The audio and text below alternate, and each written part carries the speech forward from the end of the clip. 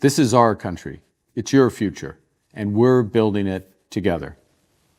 We're catalyzing a series of nation-building projects in energy, in trade, critical minerals, transport, data, and beyond. These projects will make Canada stronger, more resilient, and more independent. They'll create good jobs and grow our economy, providing the resources that we need to take care of ourselves and take care of each other.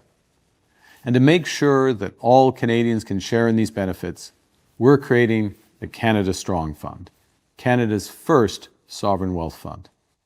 The Canada Strong Fund will invest alongside the private sector in nation-building projects to create wealth for Canadians today and our kids tomorrow. And if you have a bit of extra money, we'll make it easy for you to invest in the fund to help build Canada Strong for all. Canadians are choosing to buy Canadian, to explore Canadian, and build Canadian, because it's our country, and we're building our future together. That wasn't a campaign slogan.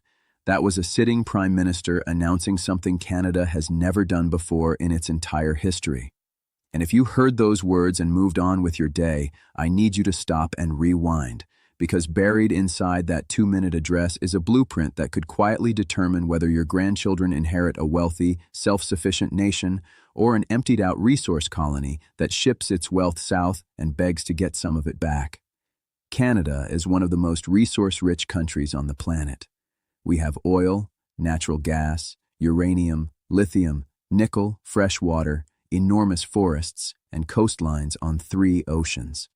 And yet, for most of the last century, foreign corporations came in, dug it all out, made the profits, and left. We got the jobs, sure, and we got some royalties, but the real wealth, the compounding generational wealth that nations build dynasties on, that left on a pipeline or a freight train and never came back. Mark Carney just announced Canada's attempt to change that forever, and almost nobody is talking about it seriously. So let's be the ones who do. What Carney described is a sovereign wealth fund. Now, before your eyes glaze over, here's the simplest way to understand it.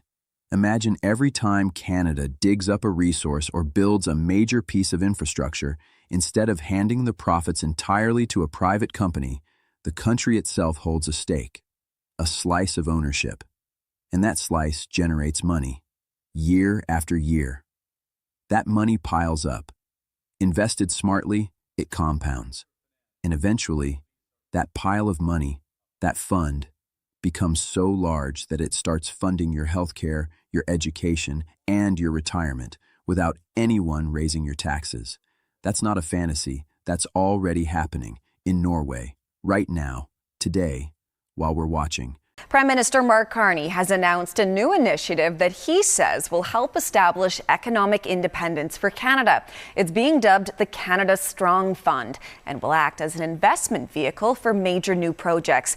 Essentially, Canadians will be able to invest in the fund and share in its returns. In unveiling the initiative, Carney said, quote, "Many of Canada's former strengths, built on our close ties with the U.S., have become our weaknesses." Here's more of what he had to say. So here's how it works. A sovereign wealth fund is essentially a national savings and investment account. It's designed to grow wealth for future generations of Canadians. Many countries that are blessed with natural resources, like Norway, have sovereign wealth funds.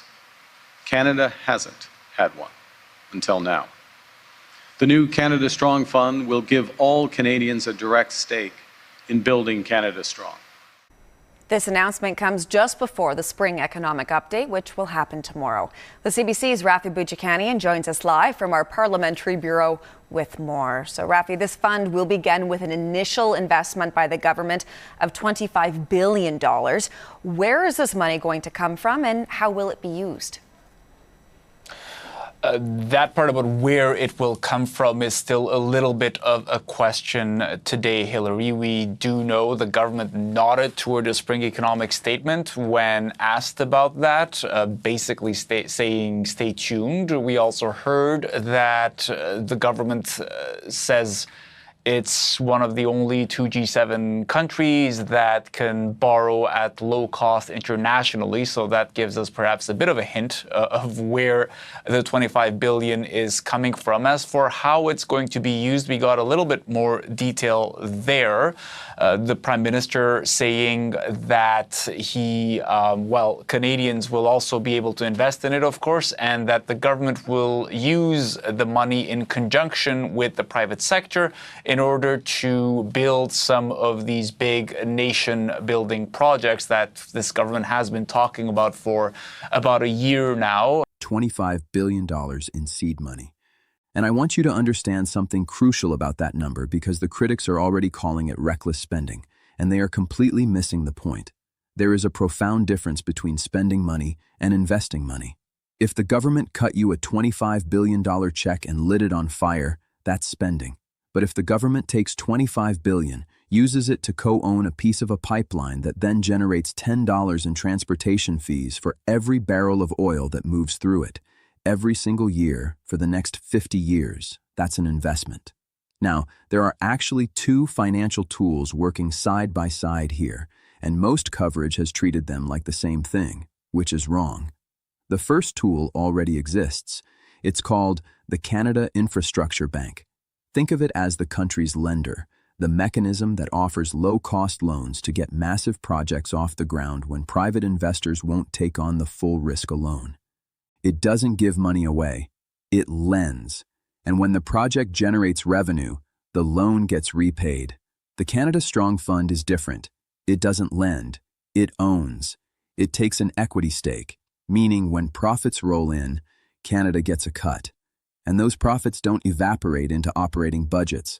They stay in the fund, they reinvest, and they grow. This is how you build a machine that generates wealth independent of tax revenue. It is not something for, I'm going to use the term from your question, rich people. It's something for Canadians, for all Canadians, everyday Canadians, and on that scale to provide it. And we'll provide it in a way, again, we'll consult and we'll go through the details, so I don't want to overly finalize it, but we intend to provide it in a way where the investment itself, the actual amount of money is protected. It's something consistent to buying a government bond, but has the upside, the additional return when these projects realize their potential. So there you're hearing the Prime Minister essentially explaining that there will be no gatekeeping of regular Canadians being able to invest into this fund. And we also heard from the Finance Minister today, François-Philippe Champagne, making the rounds before the spring economic update tomorrow, seeming really enthusiastic about this idea the government has. This is a new tool in our toolkit to make sure that collectively we build our nation, collectively we benefit from the returns, and collectively we can all invest if we want to alongside to build our nation. The Finance Minister just said that ordinary Canadians will be able to buy into this fund with their own savings, protected like a government bond, but with the potential upside of an equity investment. That's not socialism. That's not a handout. That's the government saying, instead of letting the profits from building Canada flow exclusively to institutional investors and foreign capital, we're opening the door for the people who live here to own a piece of what they're building. And the country that shows exactly what this looks like at full maturity is Norway. When Norway discovered oil in the North Sea in the late 1960s, they made a decision that was almost radical at the time. Rather than letting private corporations capture all the upside, Norway set up a government fund to receive a share of the royalties. Politicians at the time were mocked. They were called dreamers. They were told it was impractical, that the market should handle it, that government had no business in business. Sound familiar? But they held the line. Decade after decade, they held the line. And today, Norway's sovereign wealth fund is valued at approximately $2.2 trillion. That fund now covers roughly 20 to 25% of Norway's entire government budget.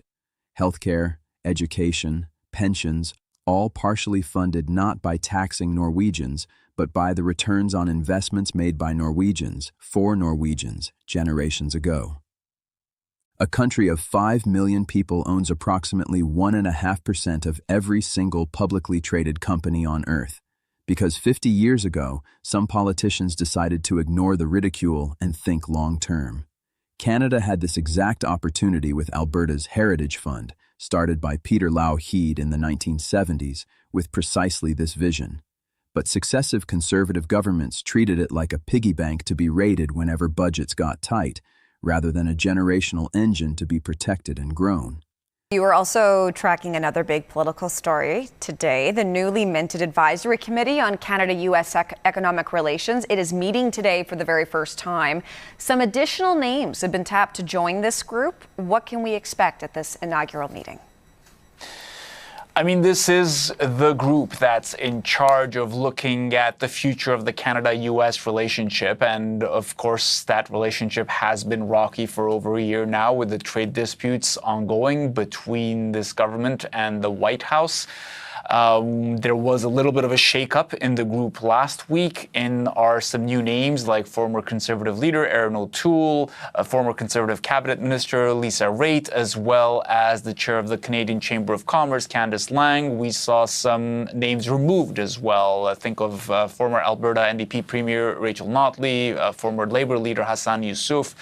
Now, this committee in its new configuration is meeting today, just about a couple of months ahead of a projected deadline for Canada, the U.S., and Mexico to agree to a review of CUSMA, the three-way free trade deal between these three countries. That deadline is Canada Day, July 1st.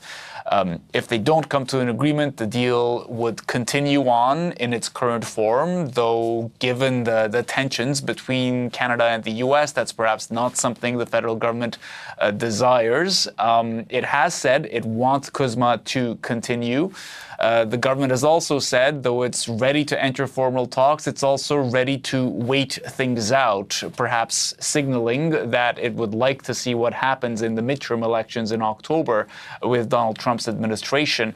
We do know Mexico has a date for formal talks later in May with the U.S., and Canada does not have a day circled on their calendar yet, so that will likely be part of the discussions there. Canada is simultaneously navigating the most turbulent trade relationship with the United States in modern history, facing a July 1st deadline on a three-country trade deal that could reshape North American commerce, while watching the American government pour tens of billions into competing directly with Canadian energy exports.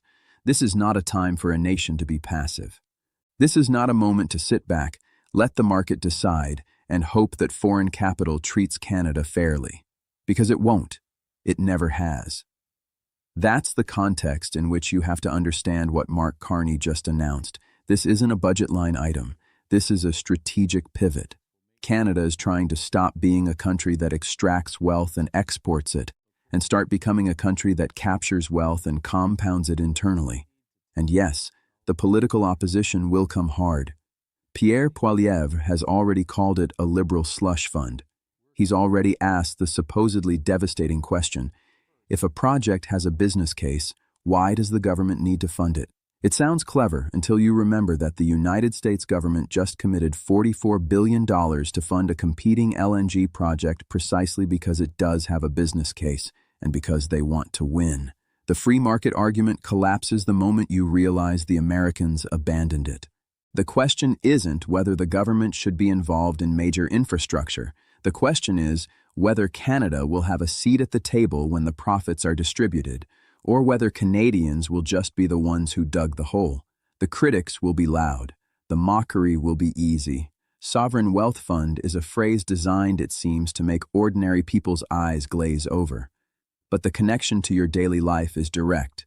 When this fund generates returns, it reduces the government's dependence on income tax. It creates a financial buffer that means the next time America sneezes, Canada doesn't automatically catch a cold. It means that 50 years from now, a Canadian government might be able to look at citizens in the eye and say, healthcare is covered, not because we raised your taxes, but because 40 years ago we made smart investments in our own country and let them compound. That's the promise sitting inside that $25 billion seed investment. It's a long game. Canada has a choice right now. It can let the noise win, let the three-word slogans tear this down before it ever takes root, and choose once again to be a branch plant economy that ships its wealth away and wonders where it went. Or it can protect this idea long enough to let it grow into something that actually changes the trajectory of this country.